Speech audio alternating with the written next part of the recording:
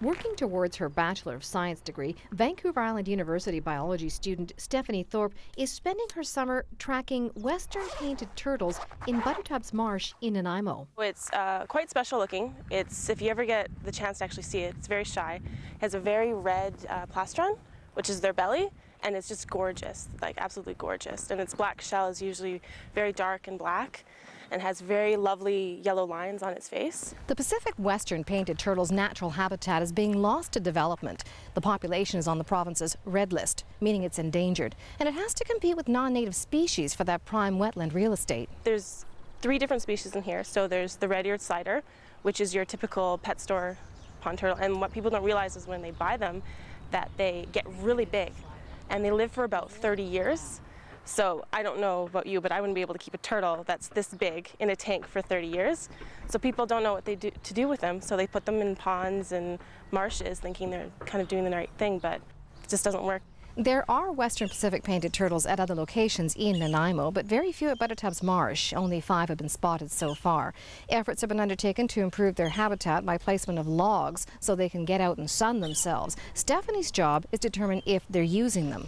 So about 3 or 4 times a week, I come down here and I walk around the marsh, and I carry my very giant spotting scope that's quite heavy, and I count and identify turtles that are either on the shoreline or on the basking logs. Houses occupy much of the land surrounding the marsh, which used to be the most suitable nesting foundations. There is evidence of unsuccessful attempts by turtles to dig out a nest in the hard-packed substrate next to the walking paths. What I'm doing in my project is figuring out where they are. So I'm trying to find those critical habitats where they nest and where they bask.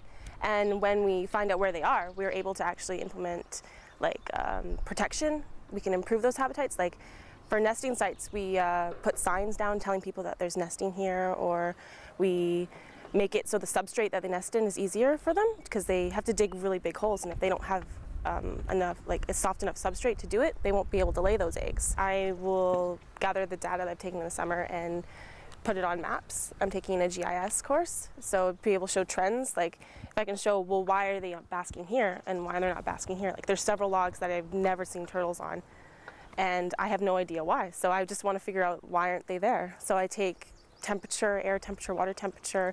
I write down what the wind is, weather conditions. Position of the sun might be important on which sides they're basking on throughout the day. So all this information I have to pile together and try to figure out, is there a why? Stephanie's work at Buttertubs Marsh will provide important information that will help with conservation efforts for the western painted turtles, as well as guide future restoration and management of the wetlands. At Buttertubs Marsh, for The Daily, I'm Annette Lucas.